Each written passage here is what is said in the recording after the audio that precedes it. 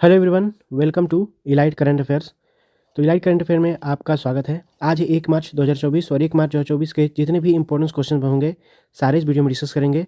और वीडियो अच्छा लगे, आपके लिए हेल्पफुल लगे तो चैनल को सब्सक्राइब करिएगा और अपने दोस्तों के साथ शेयर करना ना भूलिएगा। लास्ट में आपसे एक क्वेश्चन भी पूछा जाएगा जिसका आपको कमेंट बॉक्स में कमेंट करके उत्तर बताना है। तो चलिए देर न करते हुए देखते हैं आज का करंट अफेयर का पहला क्वेश्चन। फर्स्ट क्वेश्चन है, हाल ही में फरवरी 2024 में किस राज्य ने मुस्लिम विवाह और तलाक पंजीकरण जो अधिनियम था 1935 को निरस्त कर दिया है? यह मैंने आपके लिए इंग्लिश में भी रखा है ताकि जो इंग्लिश के स्टूडेंट हैं उनको कोई दिक्कत ना हो। तो इसके 4 ऑप्शन दिए गए हैं और इसका जो राइट आंसर होगा वो हो जाएगा असम की सरकार ने। ठीक है, तो इन्होंने क्या किया है, जो वहाँ का मुस्लिम विवाह और तलाक पंजीकरण अधिनियम था 1935, इसको हटा दिया है, एबोलिश कर दिया है। मतलब वहाँ से ये जो जो मुस्लिम वर्ग के लोग थे, जो शादी होता था, तलाक होता था, उसको रजिस्ट्रेशन करवाना अनिवार्य था। वही एक्ट बना था 1935 जिसको हटा दिया गया है फरवरी 2024 में। तो इसका राइट आंसर होगा असम की सरकार ने। आइए इसके बारे में कुछ फैक्ट भी जानते हैं। तो असम की सरकार द्वारा मुस्लिम विवाह और तलाक पंजीकरण अधिनियम 1935 को समाप्त कर दिया गया है। अब इस कानून के खत्म होने के बाद राज्य की मुस्लिम महिलाओं को उत्पीड़न और शोषण से मुक्ति मिलेगी और इस अधिनियम से क्या बाल विवाह को भी कम करने में सहायता मिलेगी। तो ये जो फैक्ट है ये भी आपको याद रखने हैं।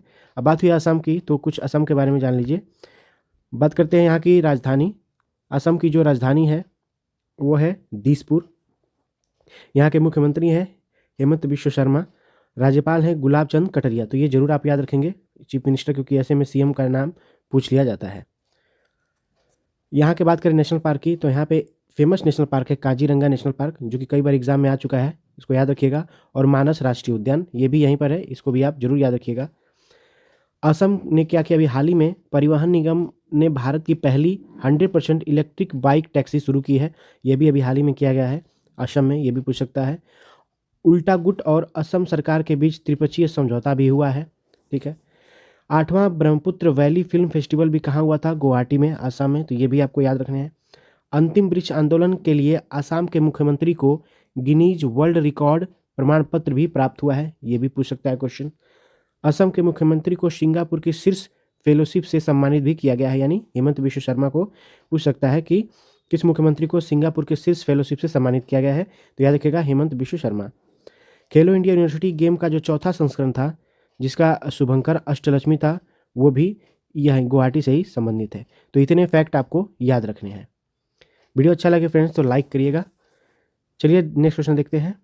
अगला जो क्वेश्चन है वह हाल ही में प्रारंभिक स्तन कैंसर का पता लगाने के लिए सवेरा कार्यक्रम किसके द्वारा शुरू किया गया है? ठीक है, तो एक सवेरा एक प्रोग्राम को लॉन्च किया गया है, किसके लिए? ब्रेस्ट कैंसर का पता लगाने के लिए। तो ये किया है मध्य प्रदेश की, हरियाणा की सरकार ने। ऑप्शन नंबर बी इसका राइट आंसर हो जाएगा, हरियाणा गवर्नमेंट ने। तो हाल ही में हरियाणा के मुख्यमंत्री ने सवेरा कार्यक्रम का उद्घाटन किया। ठीक है, ये नाम याद रखिएगा, सवेरा।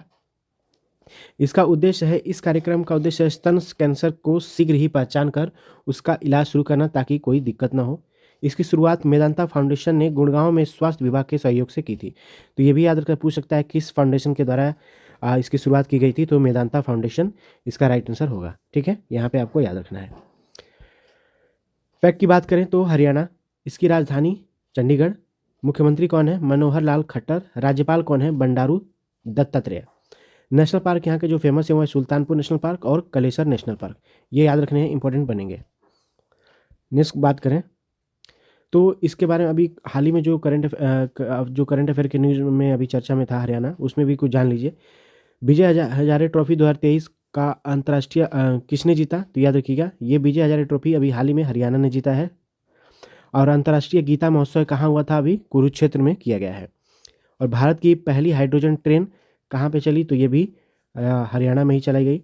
और उत्तर भारत का पहला परमाणु जो संयंत्र प्लांट बन रहा है वो कहाँ बन रहा है? गुरुग्राम, हरियाणा में ही। और 37वां सूरज कुंड मेला 2024 ये कहाँ किया गया? सूरज कुंड, जो कि फरीदाबाद, हरियाणा में है। तो इतने सारे फैक्ट आपको हरियाणा से रिलेटेड याद रखने हैं। अगला क्वेश्चन है, हाल ही में पर्पल फेस्ट नामक एक प्रोग्राम को आयोजित किया गया। नाम याद रखिएगा, इंपॉर्टेंट बनेगा, पर्पल फेस्ट। ठीक है, तो पर्पल फेस्ट नामक एक आयोजन किसके द्वारा आयोजित किया गया है? ठीक है, और किसके लिए किया गया है? तो स्पेशली यहाँ पे आपने देखा होगा पर्पल फेस्ट, ये किसके लिए किया गया है? डिफरेंटली एबल्ड पीपल्स के लिए, यानी ऑप्शन इसका बी राइट आंसर हो जाएगा। तो ये पर्सन विद डिसेबिलिटीज़ दिव्यांगजनों के लिए एक पर्पल फेस्ट का आयोजन किया गया है। अब ये होता क्या है इसके बारे में भी जान लेते हैं। हाल ही में राष्ट्रपति भवन के अमृत उद्यान में दिव्यांगों के लिए एक दिवसीय पर्पल फेस्ट का आयोजन किया गया है। इसका आयोजन भारत सरकार के सामाजिक न्याय एवं अधिकारिता मंत्रालय के द्वारा किया गया है। तो इससे आपको ये याद रखना है, इसमें 2 क्वेश्चन बन सकते हैं, किसके द्वारा किया गया है, किन के लिए किया गया है, स्पेशल ये क्वेश्चन बन सकता है। तो दिव्यांगजनों के लिए किया गया है, ठीक है, याद रखिएगा, इंपॉर्टेंट बन सकता है, नाम जरूर याद रखिएगा, पर्पल फेस्ट। अगला जो क्वेश्चन है, हाल ही में मोबाइल वर्ल्ड कांग्रेस 2024 का आयोजन कहाँ पर किया जा रहा है।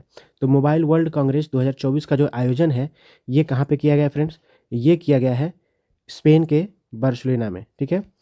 तो राइट आंसर हो जाएगा ऑप्शन नंबर बी, यहाँ पे राइट आंसर होगा ऑप्शन नंबर बी, स्पेन, ठीक है। तो स्पेन के ये कब से कब किया गया, तो 26 से 29 फरवरी के बीच में ये आयोजित किया गया था। कहाँ पे, स्पेन के बार्सिलोना सिटी में, ठीक है। तो 26 से 29 फरवरी के बीच किया गया। मोबाइल वर्ल्ड कांग्रेस दुनिया का सबसे बड़ा टेक इवेंट था ये, और इस इवेंट को हर साल आयोजित किया जाता है। इस इवेंट में क्या होता है, दुनिया भर के दिग्गज जो बड़ी टेक कंपनियां होती हैं वो अपनी नई टेक्नोलॉजी और नए प्रोडक्ट्स को यहाँ पे लॉन्च करती हैं। इस बार का मोबाइल वर्ल्ड कांग्रेस स्पेन के शहर बार्सिलोना में आयोजित किया गया है, ठीक है, किया जा रहा है। तो इसको आप जरूर याद रखिएगा, ये पूछ सकता है कि जो मोबाइल वर्ल्ड कांग्रेस 2024 आयोजित किया गया था यह कहाँ किया गया था, या ऐसा ही पूछ लेगा कि स्पेन के किस शहर में किया गया था। तो बार्सिलोना आपको याद रखना है। नेक्स्ट अगला क्वेश्चन है, हाल ही में भारत की सबसे बड़ी रक्षा उपकरण प्रदर्शनी का आरंभ कहाँ पे हुआ है। तो सबसे बड़ी भारत की रक्षा उपकरण प्रदर्शनी का आरंभ ये किया गया है किस सरकार में, किस राष्ट्र में, किस स्टेट में, तो ये किया गया है महाराष्ट्र सरकार, ठीक है। महाराष्ट्र में जो भारत की सबसे बड़ी उपकरण प्रदर्शनी का आरंभ किया गया है। तो भारत की सबसे बड़ी रक्षा उपकरण प्रदर्शनी जिसको डिफेंस एक्सपो का आयोजन महाराष्ट्र सरकार के उद्योग विभाग के द्वारा अंतर्राष्ट्रीय प्रदर्शनी एवं कन्वेंशन सेंटर में किया जा रहा है। इसका उद्देश्य होगा आत्मनिर्भर भारत योजना के तहत रक्षा बलों के लिए आवश्यक नवीनतम हथियारों का निर्माण करना, और ये निर्माण हो वो अपने देश में ही हो, इसके लिए ये किया गया है। फैक्ट कुछ जान लीजिए इसके बारे में। तो महाराष्ट्र की बात हुई हो तो यहाँ की जो मुख्यमंत्री हैं वो एकनाथ शिंदे हैं, राजधानी यहाँ की मुंबई है, राज्यपाल कौन है, रमेश बैस। यहाँ के नेशनल पार्क की बात करें तो संजय गांधी राष्ट्रीय उद्यान और नवेगांव राष्ट्रीय और पेंच राष्ट्रीय उद्यान यहाँ के, ये इंपॉर्टेंट है, ये कई बार एग्जाम में पूछे जाते हैं। महाराष्ट्र से रिलेटेड जो भी अभी हाल ही में घटना हुई है वो भी उसको भी आपको याद रखना है, ठीक है। महाराष्ट्र सरकार ने स्वास्थ्य और शिक्षा के क्षेत्र में AI का उपयोग करने के लिए गूगल के साथ समझौता किया। ये अभी हाल ही में न्यूज में था, तो इसको आपको याद रखना है, ये इंपॉर्टेंट बन सकता है। 27वां राष्ट्रीय युवा महोत्सव का आयोजन भी कहाँ पे किया गया, यही महाराष्ट्र के नासिक में किया गया था। महाराष्ट्र पुलिस का नया जो महाराष्ट्र पुलिस के भी हाल ही में नए DGP बनी है वो रश्मि शुक्ला बनी है। ये मोस्ट इंपॉर्टेंट क्वेश्चन है, याद रखिएगा। महाराष्ट्र की पुलिस जो महाराष्ट्र पुलिस की जो नए DGP बनी है वो रश्मि शुक्ला को नियुक्त किया गया है। FDI का सबसे बड़ा प्राप्तकर्ता कौन राज्य है, तो ये भी आपको याद रखना है, महाराष्ट्र है, ठीक है। तो ये इंपॉर्टेंट फैक्ट्स है महाराष्ट्र से रिलेटेड, आई होप आपको अच्छा लग रहा होगा। नेक्स्ट क्वेश्चन की बात करें तो हाल ही में यूके के किंग के द्वारा नाइटहुड से सम्मानित होने वाले भारत के पहले व्यक्ति कौन बनेंगे। तो यूके के जो प्रतिष्ठित वहाँ का एक क्या बोलते हैं अवार्ड है, ठीक है, नाइटहुड उसका नाम है। यह पूछ सकता है कि नाइटहुड अवार्ड किसको दिया गया, कहाँ का फेमस ये अवार्ड है, तो ये यूके का है। किसको दिया गया, तो ये अभी सुनील मित्तल को दिया गया है, भारती मित्तल, ठीक है, जो भारती मित्तल के यहाँ पे याद रखिएगा सुनील मित्तल को दिया गया है। तो भारती मित्तल के ये इंडस्ट्री से हैं, तो इसको आपको याद रखने हैं। फैक्ट की बात करें, अच्छा इसमें इतना ही था, ठीक है। सिंपल एक ये 1 लाइनर क्वेश्चन बन सकता है कि जो यूके का जो नाइटहुड अवार्ड दिया गया है वो किसको दिया गया है, तो याद रखना है आपको, ये है सुनील मित्तल, इन्हीं को दिया गया है, ठीक है। भारती मित्तल के नाम से भी आप इनको जान सकते हैं, क्वेश्चन में से बन सकता है।